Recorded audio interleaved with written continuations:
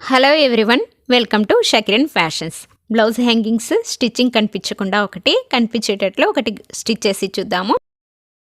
2 ఫ్యాబ్రిక్స్ని తీసుకొని 3 ఇంచుల పొడవు 3 ఇంచుల వెడల్పు తీసుకోవాలి. నెక్స్ట్ ఒక ఫ్యాబ్రిక్ని ఈ విధంగా ఫోల్డ్ చేసుకోవాలి. క్లోజింగ్ సైడు డోరీ పైవైపున ఉండేటట్లు డోరీ మధ్యలో పెట్టుకోవాలి.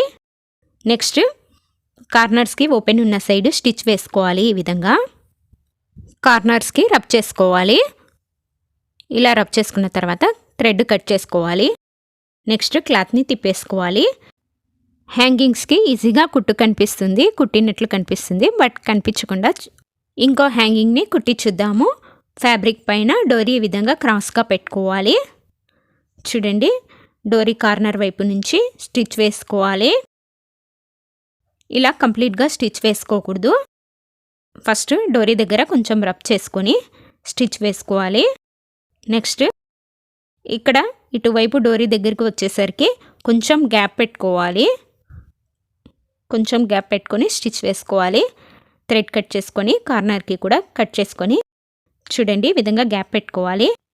మధ్యలో కార్నర్కి ఈ విధంగా క్లాత్ని ఇటువైపు అటువైపు ఓపెన్ చేసి ఒక పెన్సిల్ ఆర్ పెన్ సహాయంతో క్లాత్ని ఈ విధంగా ఓపెన్ ఉన్న సైడ్ వరకు తీసుకురావాలి. ఈ విధంగా క్లాత్ని తిప్పేసుకోవాలి. ఇలా క్లాత్ని లాక్కోవాలి. పైన ఓపెన్ ఉన్న సైడు డోరీ చూడండి, డోరీ పైకి వచ్చే విధంగా లాక్కోవాలి. ఓపెన్ ఉన్న సైడు ఇలా లాక్కున్న తర్వాత ఇక్కడ స్టిచ్ వేసుకోవాలి. ఓపెన్ ఉంది కదా, పైన ఒక స్టిచ్ ఇలా వేసుకోవాలి. ఇలా స్టిచ్ వేసుకొని ఇంకోసారి క్లాత్ని తిప్పేసుకోవాలి.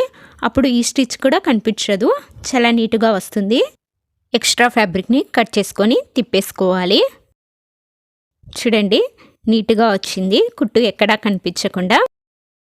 రెండిటికి డిఫరెన్స్ చూడండి. ఏది నచ్చిందో కామెంట్లో తెలియచేయండి.